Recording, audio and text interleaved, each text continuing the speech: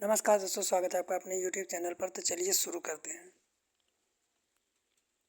अध्याय 5 पौधों एवं जंतुओं का संरक्षण। हमने देखा है कि कक्षा 7 में बोझो पहेली ने प्रोफेसर अहमद और टीपू के साथ वन भ्रमण किया।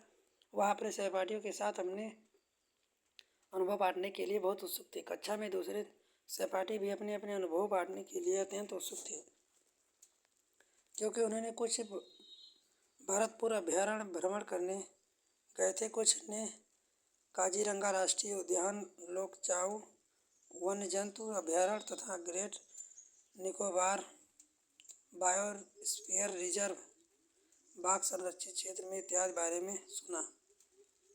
वनोन्मूलन और इसके कारण। हमारी पृथ्वी पर नाना प्रकार के पौधे जंतु पाए जाते हैं। ये मानव जाति के अस्तित्व एवं भली प्रकार में रहने वाले आवश्यक हैं। आज हम इन जीवों के बारे में अस्तित्व के लिए वनोन्मूलन एक बहुत बड़ा खतरा बन गया है। हम जानते हैं कि वनोन्मूलन का अर्थ वनों को समाप्त करने का प्रयास, भूमि का अन्य कार्यों में उपयोग करना, वन में वृक्षों की कटाई और विभिन्न उद्देश्यों से की जाती है। क्रियाकलाप 5.1 वनोन्मूलन के परिणाम। पहेली और बोझों के वनोन्मूलन के परिणाम याद करने का प्रयास किया। उन्हें स्मरण आया कि वनोन्मूलन से पृथ्वी पर ताप और प्रदूषण के स्तर वृद्धि होगी। इससे वायुमंडल में कार्बन डाइऑक्साइड का स्तर बढ़ेगा, भवन जल का स्तर भी निम्न होता है। उन्हें पता है कि वनोन्मूलन से प्राकृतिक संतुलन भी प्रभावित होता है। प्रोफेसर अहमद ने उन्हें बताया कि यदि वृक्षों की इसी प्रकार अनावरण कटाई करती रही तो वर्षा और भूमि में उर्वरकता की कमी आ जाएगी। इसके अतिरिक्त बाढ़ और सूखे जैसी प्राकृतिक आपदाओं की संभावनाएं बढ़ जाएंगी। याद कीजिए, प्रकाश संश्लेषण की क्रिया में पौधे भोजन बनाने के लिए कार्बन डाइऑक्साइड की आवश्यकता होती है।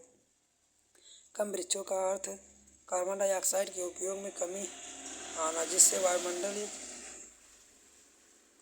इसकी मात्रा बढ़ जाती है, क्योंकि कार्बन डाइऑक्साइड पृथ्वी द्वारा उत्सर्जित ऊष्मीय विकिरणों का प्रग्रहण कर लेती है। अतः इसकी मात्रा में वृद्धि परिणामस्वरूप विश्व उष्णन होता है। पृथ्वी के ताप में वृद्धि जल चक्र का संतुलन बिगड़ता है और वर्षा दर में कमी आती है, जिसके कारण सूखा पड़ता है। मृदा के गुणों में परिवर्तन आने से मुख्य कारण वनोन्मूलन है। किसी क्षेत्र में मृदा के भौतिक गुणों पर वृक्षारोपण वनस्पति का प्रभाव पड़ता है। भूमि पर वृक्षों की कमी होने से मृदा अपरदन अधिक होता है। मृदा की ऊपरी परत हटने से नीचे कठोर चट्टानें दिखाई देने लगती हैं। मृदा में ह्यूमस की कमी होती है तथा उर्वरकता की अपेक्षाकृत कम होती है। धीरे धीरे उर्वरक मरुस्थल में परिवर्तित हो जाता है। इसे मरुस्थलीकरण कहते हैं।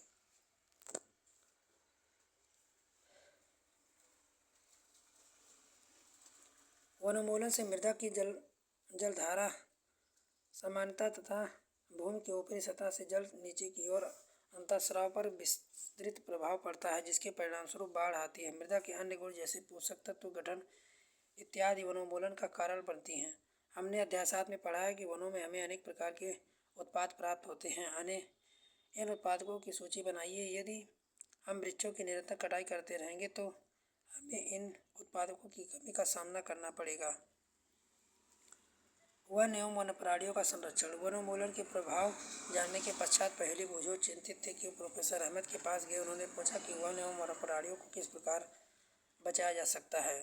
जब प्रोफेसर अहमद ने पहेली बोझो ने उनके सहपाठियों के लिए जैवमंडल संरक्षित क्षेत्रों में भ्रमण का आयोजन किया, उसके लिए उन्होंने पंचमढ़ी जैवमंडलीय संरक्षित नामक क्षेत्र को चुना। वह जानते थे कि इस क्षेत्र में पौधे और जंतु ऊपरी हिमालय के श्रृंखलाओं में निचले पश्चिमी घाट के समान है। प्रोफेसर अहमद विश्वास है कि क्षेत्र में जैव विविधता अनूठी है। उन्होंने वन कर्मचारी श्री माधवी जैवमंडल संरक्षित क्षेत्रों में बच्चों को मार्गदर्शन करने का अनुरोध किया। उन्होंने बताया कि जैवमंडल जैविक महत्व के क्षेत्रों का संरक्षण हमारी राष्ट्रीय परंपरा का एक भाग है।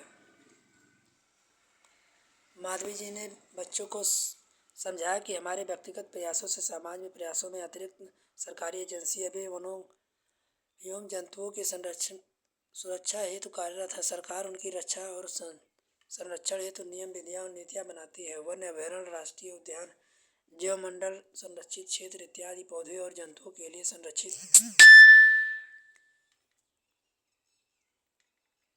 एवं सुरक्षित क्षेत्र हैं।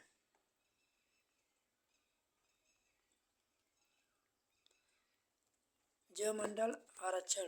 प्रोफेसर अहमद माधवी जी 7 बच्चों ने जैवमंडल आरक्षित क्षेत्र में प्रवेश किया। माधवी ने समझाया कि जैव विविधता के संरक्षण के उद्देश्य जैवमंडल आरक्षित क्षेत्र बन गए हैं। किसी जैवमंडल में आरक्षित क्षेत्र के अंतर्गत अन्य संरक्षित क्षेत्र भी हो सकते हैं। पंचमढ़ी जैवमंडल आरक्षित क्षेत्र में सतपुड़ा नामक एक राष्ट्रीय उद्यान व बोरी एवं पंचमढ़ी नामक 2 वन्य जंतु अभयारण्य हैं। संरक्षण हेतु सुरक्षित क्षेत्र।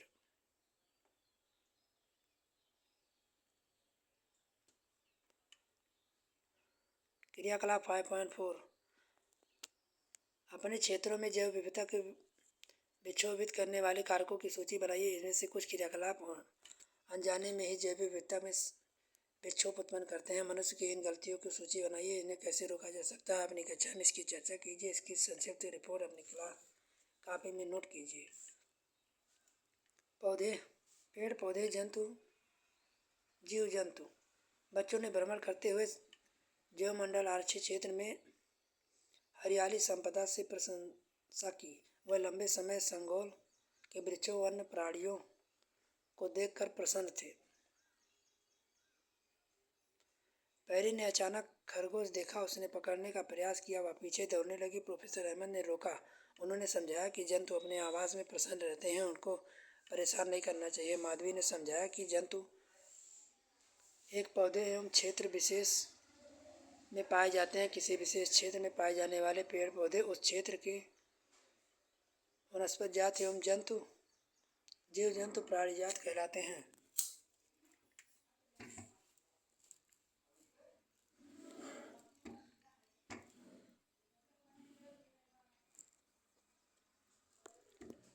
विशेष क्षेत्रीय प्रजाति। बच्चे शीघ्र ही शांतिपूर्वक गहरे वन प्रविष्ट हो गए। बच्चे एक विशालकाय गिलहरी को देखकर अचंभित थे। इस गिलहरी का एक लंबी फरदार पूंछ थी। वह इसके विषय में जानने के लिए बहुत सोचते थे। माधवी ने बताया कि इसकी विशाल गिलहरी कहते हैं और यहाँ की विशेष क्षेत्रीय स्पीशीज है। माधवी ने चमड़ी जैवमंडल आरक्षित क्षेत्र में स्थित साल और जंगली आम के पेड़ को दिखाकर विशेष क्षेत्रीय वनस्पति जगह का उदाहरण दिखाया। बिन भारतीय विशाल गिलहरी तथा उड़ने वाली गिलहरी इस क्षेत्र में विशेष क्षेत्रीय प्रणाली है। प्रोफेसर अहमद ने बताया कि उनके आवास में नष्ट होने वाले बढ़ती हुई जनसंख्या और नई स्पीशीज में प्रवेश में विशेष क्षेत्रीय स्पीशीज के प्राकृतिक आवास पर प्रभाव पड़ता है तथा इसके अस्तित्व को भी खतरा हो सकता है।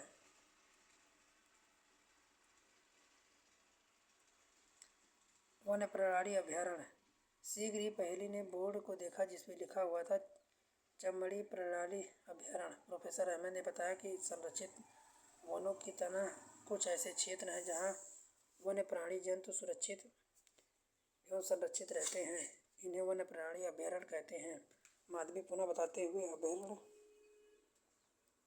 वह स्थान है जहाँ प्राणियों अथवा जंतुओं को मारना या शिकार करना अथवा पकड़ना पूर्णतः निर्बंधित या दंडनीय अपराध है।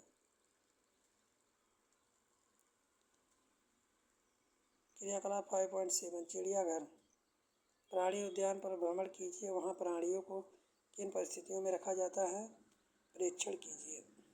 क्या वे जंतुओं के जीवन के लिए उपयुक्त है? क्या वे प्राकृतिक आवास की अपेक्षा कृत्रिम आवास में रह सकते हैं? अपने विचार में जंतु चिड़ियाघर के अधिक आराम से हैं या प्राकृतिक आवास में? राष्ट्रीय उद्यान। सड़क के किनारे एक बोर्ड पर लगा हुआ था जिस पर लिखा हुआ था सतपुड़ा राष्ट्रीय उद्यान। बच्चे अब वह जानने का उत्सुक थे। माधवी ने बताया कि यह विशाल आरक्षित क्षेत्र है जहाँ पर्यावरण के संपूर्ण संगठनों का संरक्षण करने के पर्याप्त है। इन्हें राष्ट्रीय उद्यान कहते हैं।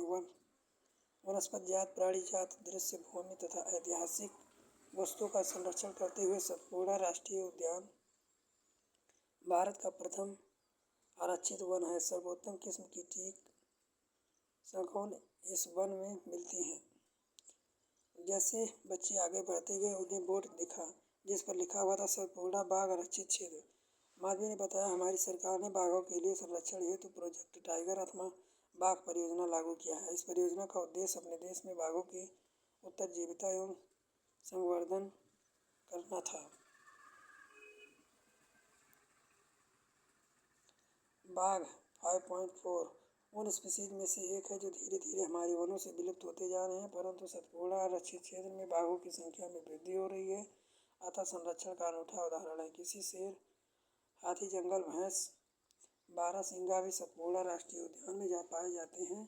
वे जंतु जिनकी संख्या में निरंतर स्तर से कमी होती जा रही है, वे विलुप्त होते जा रहे हैं, संकटापन्न जंतु कहलाते हैं।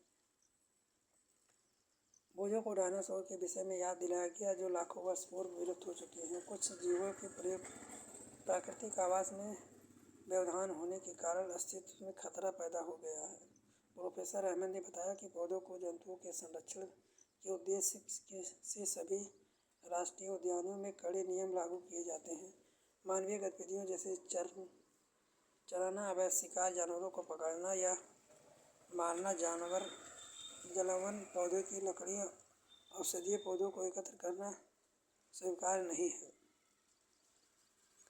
किसी क्षेत्र में सभी प्राणी अथवा सूक्ष्म जीव अजैविक घटकों, जलवायु, भूमि, मिट्टी, नदी, डेल्टा इत्यादि संयुक्त रूप से किसी परितंत्र का निर्माण करते हैं। रेड डाटा पुस्तक। प्रोफेसर अहमद ने रेड डाटा पुस्तक विषय में समझाते हैं। वह बताते हैं, रेड डाटा पुस्तक यह पुस्तक है जिसमें संकटापन्न स्पीशीज का रिकॉर्ड रखा जाता है। पौधे, जंतु, अन्य स्पीशीज के लिए अलग अलग रेड डाटा पुस्तकें होती हैं। प्रवास। माधवी ने निर्देश में भ्रमण पार्टी गहरे वन में प्रवेश करते हुए वह तावा संरक्षित क्षेत्रों में कुछ समय आराम करते हैं। पहली ने नदियों के समीप कुछ पक्षी देखे। माधवी बताते हैं कि यह प्रवासी पक्षी हैं। ये पक्षी संसार के अन्य भागों में उड़कर यहाँ आते हैं।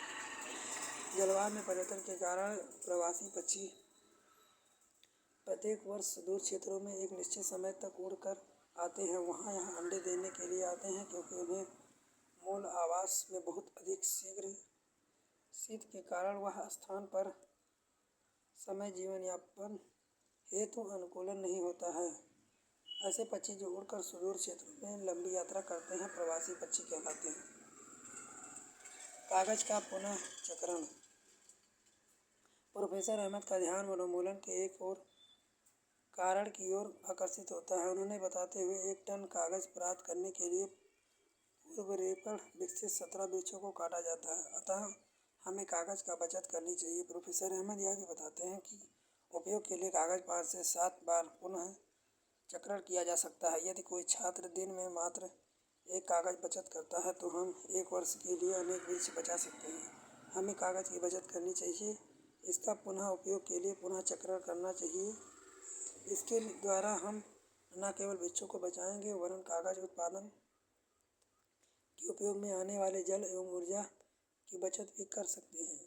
इसी के साथ कागज उत्पादन के उपयोग में आने वाले हानिकारक रसायनों से भी कमी आई। पुनर्रोपण। प्रोफेसर अहमद का सुझाव है, वनोन्मूलन का उत्तर पुनर्रोपण है। पुनर्रोपण में काटे गए वृक्षों की कमी पूरी करने के उद्देश्य से नए वृक्षों का रोपण करना। रोपण वाले वृक्ष सामान्यतः उसी स्पीशीज के होते हैं जो उस वन में पाए जाते हैं। हमें कम से कम उतने वृक्ष तो लगाने चाहिए जितने हम काटते हैं। प्राकृतिक रूप से भी हम वन का पुनर्रोपण हो सकता है। यदि वनोन्मूलित क्षेत्रों में आबादित छोड़ दिया जाए, यह स्वतः पुनर्स्थापित हो जाता है। प्रकृति पुनर्रोपण में मानव गतिविधियों का कोई स्थान नहीं है। हम अपने वनों को अब तक बहुत अधिक नष्ट कर चुके हैं। यदि हम अपनी पीढ़ी के लिए अधिक संपदा बनानी है तो अधिक वृक्षारोपण एकमात्र विकल्प है। प्रोफेसर मैंने बताया, भारत वन संरक्षण अधिनियम इस अधिनियम का उद्देश्य प्राकृतिक वनों का संरक्षण करना है, परिरक्षित और संरक्षण करना है।